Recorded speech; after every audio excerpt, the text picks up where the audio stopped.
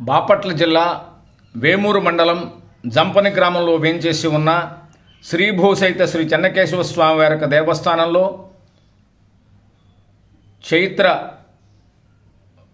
ఏకాదశి మంగళవారం నాడు సూర్యభగవానుడు తన యొక్క కిరణాలతో స్వామివారి యొక్క మూల విరాట్ స్వరూపాన్ని స్పృశించడం జరిగింది.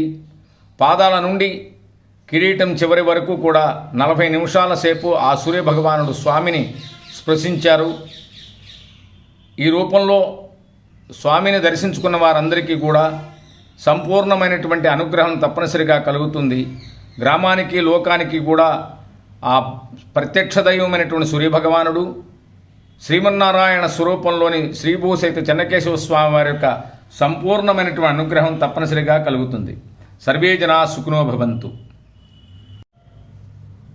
ప్రతి సంవత్సరం ఉత్తరాయణ పుణ్యకాలంలో స్వామివారిని సూర్యకిరణాలు తాకడం జరుగుతుంది.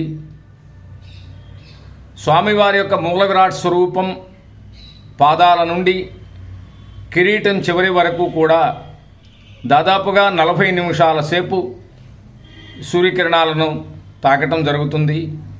ఇటువంటి ఎంతో విశేషమైన పవిత్రమైన ఘట్టాన్ని స్వామివారిని ఈ విధంగా ఈ రూపంలో దర్శించుకున్న వారికి ఆ ప్రత్యక్ష దైవమైనటువంటి సూర్యభగవానుడు అలాగే లోకరక్షకుడైనటువంటి ఆ శ్రీమన్నారాయణ స్వరూపమైన శ్రీభూసైత శ్రీ చెన్నకేశవ స్వామివారు గ్రామాన్ని లోకాన్ని కూడా సుభిక్షంగా చూస్తారు.